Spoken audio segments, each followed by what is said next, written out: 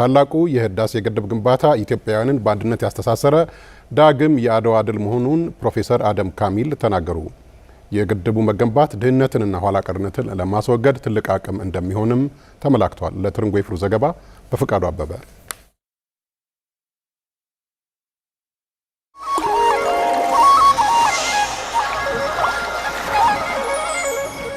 ኢትዮጵያውያን አንድነትን፣ መደማመጥን፣ መተባበርና መረዳዳትን መርሃቸው አድርገው ለፍጻሜ ያበቁት ዳግም ያድዋ ድላቸው ነው። የታላቁ የኢትዮጵያ ህዳሴ ግድብ ያለማንም እርዳታ ሰርተው ለፍጻሜ ያበቁትም የሚል ግምት ይሰጠው እንደነበር የቅርብ ጊዜ ትውስታችን ነው። ትናንት በጀግኖች ልጆቿ ያልበገር ባይነት ወኔ በአድዋ ተራራ ጣሊያንን ድል ያደረገችው ኢትዮጵያ ሁሉንም ባንድ አስተባብራ ለፍጻሜ ያበቃችሁ ግዙፍ ፕሮጀክቷ ነው። ታላቁ የህዳሴ ግድብ ግንባታ የውሃ ሙሌቱን በታሰበው ጊዜ ተጠናቆ ከ65 ቢሊዮን ሜትር ኪዩብ በላይ ውሃን ይዟል። አበው ከረሃብ በኋላ ጥጋብ፣ ከመከራ በኋላ ፍስሐ፣ ከጨለማ በኋላ ንጋት ይከተላል እንዲሉ ታላቁ የህዳሴ ግድብ ኢትዮጵያ በ21ኛው ክፍለ ዘመን ተፈትና ድል የተቀዳጀችበት የልጆቿን ብርቱ ክንዶች አስተባብራ ለውጤት ያበቃችሁ ዳግም አድዋ ነው ይላሉ የታሪክ ተመራማሪው ፕሮፌሰር አደም ካሚል።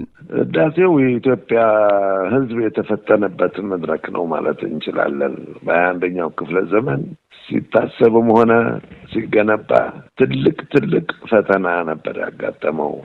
በአጠቃላይ ይሄ ግድብ የኢትዮጵያ ህዝብ ንብረት ነው። ግብጾች በተለያየ መልኩ ብዙ ጥረት አድርገው ነበር። የኢትዮጵያ ህዝብ ግን ትላንትም የአድዋን ድል እንደተቀናጀ አሁንም ይህን ግንባታ በአንድነት ከሪስቴሮ እስከ መጨረሻው ድረስ ከኪሱ አዋጥቶ ግድብ የሰራ የኢትዮጵያ ህዝብ ንብረት ነው ማለት ይችላል። የግድቡ ግንባታ የመጨረሻ ምዕራፍ ላይ መድረስ ለኢትዮጵያውያን ዳግም ድል ነው ያሉት ተመራማሪው የግድቡ ግንባታ መጠናቀቅ ከድህነትና ኋላ ቀርነት ለማላቀቅና አንድነትን ለማጠናከር ፋይዳው የጎላ ነው ይላሉ። እኛ የገነባነው ይህን ግድብ ከረሃብ ከድህነት ከኋላ ቀርነት እንድንወጣ ታስቦ ታልሞ ነው የሰራ ነው።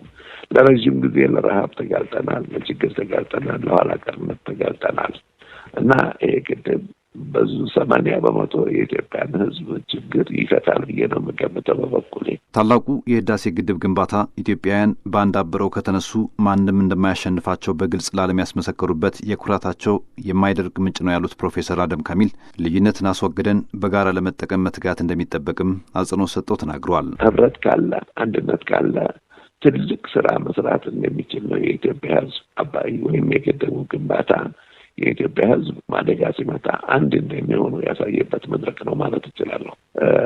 እዚህ ላይ ዲፕሎማሲያችን ምን መሆን አለበት፣ ሚዲያውስ ምን መሆን አለበት፣ የሃይማኖት ድርጅቶች ምን መስራት አለባቸው የሚለው የቤት ስራ በጣም ከፍተኛ ይጠይቃል። ስለዚህ በዛ መልኩ አይተን እንዴት አድርገን እንሽጠው፣ እንዴት የውጭ ምንዛሬ እናገኝበት፣ እንዴት የቱሪስት መስህብ ሊሆን ይችላል። ይሄ ቤት ስራ መሰራት ያለበት ጉዳይ ይመስለኛል። የታላቁ ህዳሴ ግድብ ግንባታ ለማጠናቀቅ ያሳየነውን አብሮነት በሌሎች ስራዎቻችን ልንደግመው እንደሚገባም መልእክት ተላልፏል።